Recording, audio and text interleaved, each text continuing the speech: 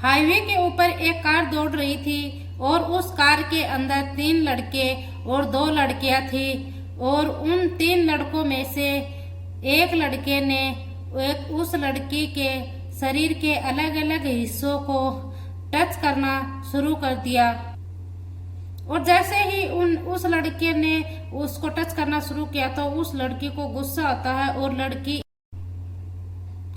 उसके ऊपर गुस्सा करती है।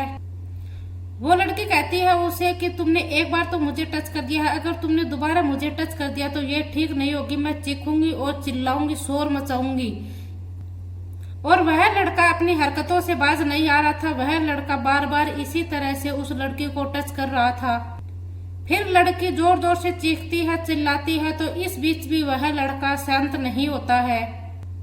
फिर उस लड़की को इस कदर गुस्सा आ जाता है कि उस लड़की ने उस लड़के के एक से एक बार नहीं कई बार उसके थप्पड़ लगाती रहती है। ये 3 से 4 थप्पड़ वह लड़की उस लड़के को लगा देती है और उस लड़की ने उस लड़के को थप्पड़ मारा तो उस लड़के की ईगो हर्ट हो जाती है और ईगो हर्ट होने के बाद उस लड़के ने भी उस लड़की को इतना मारना शुरू कर दिया बुरी तरह से।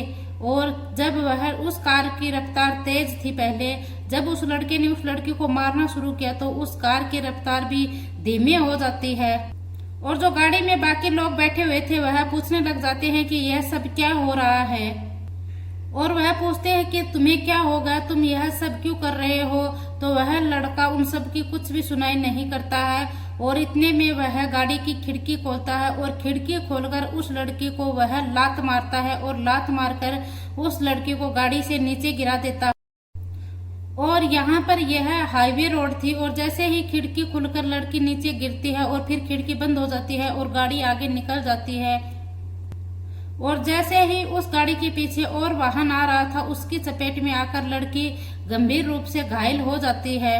और फिर उससे पीछे भी जो गाड़ी आ रही थी वह वाहन वाला समझ ही नहीं पाता कि आगे रोड पर कोई इंसान या कोई व्यक्ति गिरा हुआ है। इस तरह है एक के बाद एक, तीसरी चौथी पांचवी ऐसे गाड़ी उसके ऊपर से जाती रही और किसी को पता भी नहीं चला।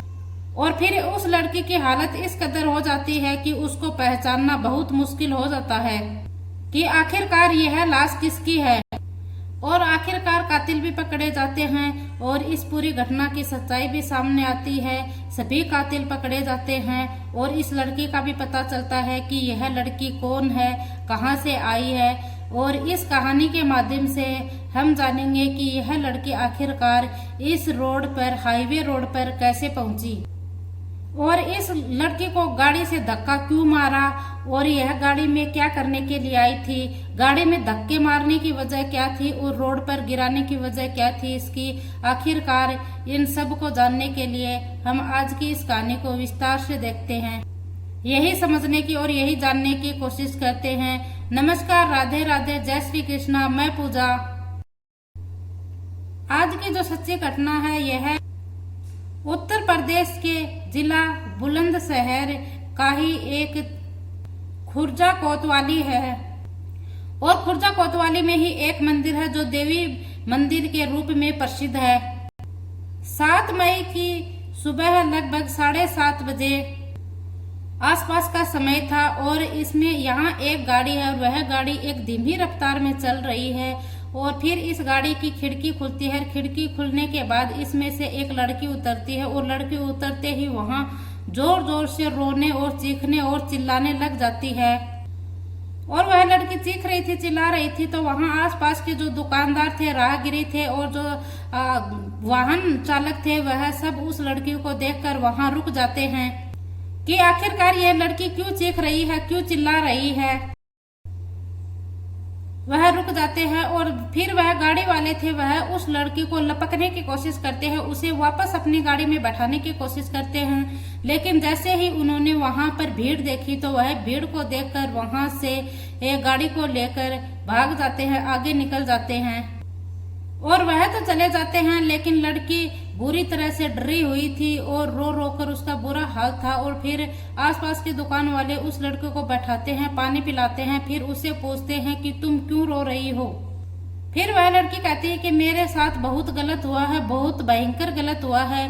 फिर वह दुकान वाले और वहाँ के जो लोग हैं वह कहते हैं कि आप यहाँ हमारे साथ चलिए, यहाँ देवी मंदिर चौक पुलिस थाना लगता है, आप वहाँ पर हमारे साथ चलिए। फिर उस लड़की को देवी मंदिर चौकी ले जाते हैं और जैसे ही वह लड़की देवी मंदिर चौकी पहुँचती है तो पुलिस वालों को रो रो कर अपनी पूरी कहानी बताती है।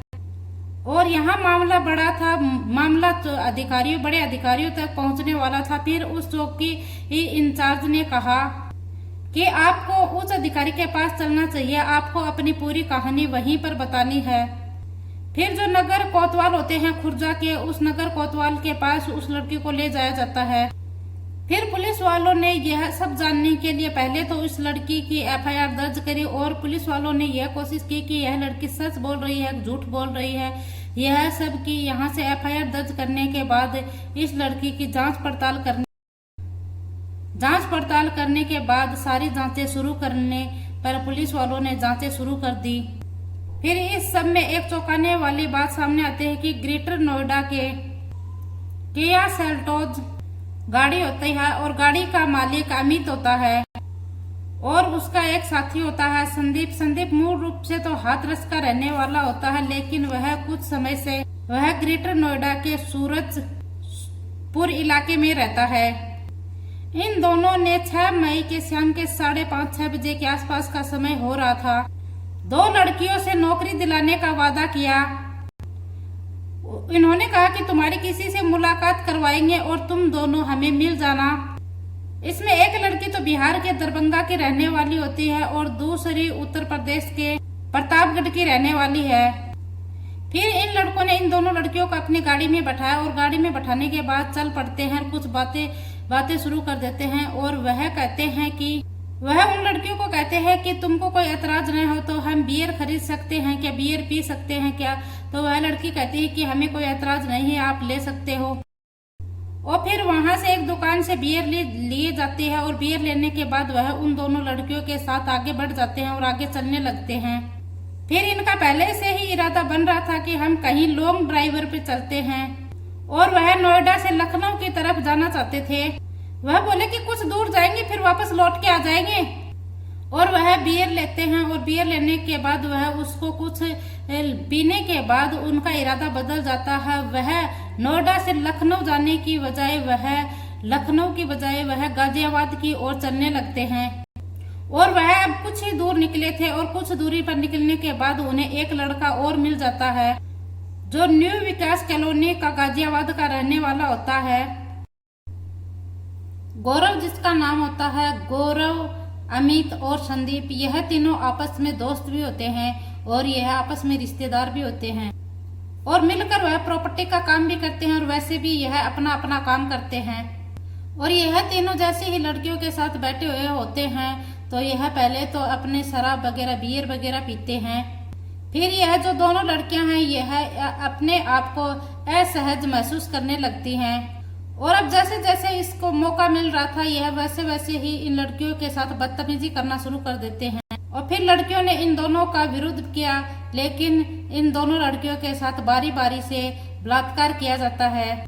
और जो गौरव है वह गाड़ी चला रहा था और पीछे अमित और संदीप बैठा था। यह दोनों उन लड़कियों के साथ गलत काम कर रहे थे और जब गाड़ी चल रही थी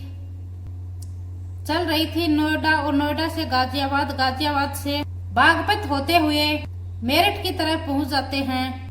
और इसी बीच में सुबह का 3:30 बजे का वक्त हो रहा था और गौरव पीछे आता है और पीछे आने के बाद और एक लड़की को वह टच करने लगता है जो कि बिहार के दरभंगा की रहने वाली होती है और वह लड़की उसे कहती है कि तुम मुझे बिल्कुल भी टच मत करना, अगर तुमने टच किया तो मैं चीखूंगी और चिल्लाऊंगी और पूरे। लेकिन गौरव मानता नहीं है और वह उस लड़की को फिर से टच करता है तो लड़की चीखने लगती है, चिल्लाने लगती है, रोने लगती है, गिड़गिड़ाने लगती है, लेकिन गौरव का इसके ऊपर कोई असर नहीं पड़ता है और वह गौरव उस लड़की को अपनी गलत नीयत से अलग अलग जगह पर उसको टच करता है और फिर लड़की को इस तरह गुस्सा आ जाता है, वह लड़की एक के बाद एक कई चांटे गौरव को लगा देती है। और जैसे ही गौरव को तमाचे लगाए जाते हैं जैसे कि गौरव की ईगो हर्ट हो गई हो, और फिर अमित ने, संदीप ने और उस लड़की ने रोकने की कोशिश की कि यह सब क्या चल रहा है। तो गौरव ने उसे जोर से लात मारी और लात मारने से वह खिड़की खोलकर उस लड़की को लात मारी और लात मारने पर वह लड़की नीचे रोड पर जाके गिर गई और हाईवे पर गिर जाती है। और हाईवे पर गिरने के बाद यहाँ एक के बाद एक वाहन आ रहे थे और उन वाहनों की चपेट में आकर उस लड़की की मौत हो जाती है। और अब इसके साथ अमित, गौरव और संदीप, जो एक लड़की बची थी, उसको अपने साथ लेकर चले जाते हैं। अब वह लड़की भी डरी हुई, सहमी हुई थी कि उसके साथ पहले गंदा और घिनौना कृत्य हो चुका था। और इस लड़की को जानी, एक मेरठ का थाना लगता है, इस लड़की को वहां पर फेंका था। और यहाँ से चलने के बाद वह फिर से चलने लगते हैं प्रतापपुर, डीपी नगर, खरखोदा और खरखोदा से बुलंदशहर और बुलंदशहर से खुर्जा, यानी कि बुलंदशहर और मेरठ के बीच में एक जगह लगती है जहां पर सुनसान इलाका आता है। फिर इस लड़की के साथ संदीप, गौरव और इस अमित ने तीनों ने मिलकर सामूहिक बलात्कार किया। और वह लड़की चीखती रही, चिल्लाती रही, लेकिन इन तीनों के ऊपर उसके चीखने, चिल्लाने और रोने का कोई असर नहीं पड़ा। फिर वह लड़की बेहोश हो जाती है और बेहोश होने के बाद उस लड़की को गाड़ी में डालते हैं और गाड़ी में डालने के बाद उसे खुर्जा की ओर लेके चल पड़ते हैं। फिर यह तीनों आपस में सलाह मशुरा कर रहे थे कि क्यों न इस लड़की की भी हत्या कर दी जाए। और जाहिर सी बात है कि यह छूट जाएगी तो परिवार वालों को, पुलिस वालों को, फैमिली वालों को, गांव वालों को यह अपनी कहानी बताएगी और हम लोग पकड़े जाएंगे। फिर जैसे ही बात पकड़ने की आती है तो इस वक्त गाड़ी देवी मंदिर के आगे से गुजर रही थी और जंक्शन चौकी की तरफ जाना चाहते थे, लेकिन और वहां जाते हैं तो जैसे ही उस लड़की की आंख खुल जाती है और आंख खुलने के बाद वह लड़की धीरे से खिड़की खोल देती है और खिड़की खोलने के बाद वह लड़की चीखने और चिल्लाने लग जाती है। और यह कुछ समझ पाते इतने में वह लड़की उस गाड़ी से कूद जाती है। कूदने के बाद वह चीख रही थी, चिल्ला रही थी। फिर आसपास के लोग वहां इकट्ठे हो जाते हैं और फिर वह लोग उस लड़की को पुलिस थाने तक पहुंचाते हैं। और पुलिस थाने में पहुंचाने के बाद यह कहानी पुलिस वालों के सामने पहुंच जाती है और वह लड़की बताती है कि सूरजपुर के एक फार्म हाउस के पास जैसे ही उन्होंने बियर खरीदी थी और वहां पर पुलिस की गाड़ी जाती है और वह गाड़ी जाकर पता करती है तो वह कैमरे में पता चलता है कि वह लोग वहां गए थे और बियर खरीदी थी। और यह लोग यहाँ से ही गलती कर देते हैं कि इनने पैसे कैश नहीं देकर इन्होंने ऑनलाइन पेमेंट की थी और ऑनलाइन पेमेंट के माध्यम से ही इनका नंबर पता चल जाता है। पहले संदीप और फिर अमित और फिर गौरव। पुलिस अमित तो मिल जाता है, लेकिन गौरव और संदीप थे, यह दोनों पुलिस को चकमा दे रहे थे। सुबह 10 बजे का समय था। उत्तर प्रदेश के अरनियापुर क्षेत्र के थाने में अलीगढ़ और बुलंदशहर के बीच में एक सलीम होटल होता है। वहां से एक किया सेल्टोस गाड़ी निकल रही थी और पुलिस ने उस गाड़ी को रोकने की कोशिश की और उन्होंने पुलिस के साथ मुठभेड़ हो जाती है और आखिरकार संदीप और गौरव भी पुलिस की हिरासत में आ जाते हैं और दोनों की ही टांगों में गोली लग जाती है। और पुलिस ने इन तीनों को गिरफ्तार कर लिया। गिरफ्तार करने के बाद इनको जेल भेज दिया और उस लड़की के आधार पर ही पुलिस ने इनके ऊपर FIR दर्ज कर ली थी और हत्या की धाराएं भी शामिल कर दी गई थी। जो लड़की मरी थी वह बिहार के दरभंगा की रहने वाली थी, जो 17 साल 4 महीने के आसपास की उसकी उम्र थी। और पढ़ने के लिए वह लड़की ज्यादा पढ़ी लिखी भी नहीं थी, वह 12वीं की हुई थी। और यह दोनों लड़कियां आपस में भी कुछ अच्छे से नहीं जानती थी और यह दोनों लड़कियां नोएडा में रहने के बाद किसी भी शादी समारोह में यह वेलकम का काम करती थी और यह वेलकम गर्ल का काम करती थी। यह जो शादियों में फूल बरसाकर और मेन गेट के ऊपर खड़ी होकर आने जाने वालों लोगों का स्वागत करती थी। और इन्हीं बीच 2-3 महीने पहले इनकी मुलाकात इन लड़कों से हुई थी। और आखिरकार बात तो सोचने वाली यह थी कि इन लड़कों के बारे में कुछ ज्यादा पता भी नहीं था। नहीं तो इनको यह पता था कि ये लड़के कहाँ के हैं, नहीं इनके नंबर पता थे। फिर पुलिस ने कड़ी दर कड़ी मिलाई तो यह लड़के हिरासत में आ गए। जो लड़की मर गई थी उसके पिता लगभग 6 साल पहले ही गुजर गए थे और वह परिवार में सबसे छोटी थी। 2 भाई हैं और 3 बहनें हैं उनके। और उसकी माँ ने जैसे तैसे करके उसका रिश्ता लगाया था और फरवरी 2026 में उसकी शादी थी और शादी से पहले ही उस लड़की का कत्ल हो जाता है और वह लड़की मारी जाती है। यह लड़की जानी थाने के इलाके में मिलती है, तो फिर वहां पर पुलिस वालों को मिलने के बाद वहां की पुलिस ने ज्यादा कुछ तहकीकात नहीं की थी और पुलिस को यह लगा कि हाईवे पर एक्सीडेंट की वजह से ये किसी की मौत हो गई। पुलिस ने जानने की ज्यादा कोशिश नहीं की कि यह लड़की कहाँ से आई है, कौन है, किसके साथ आई है।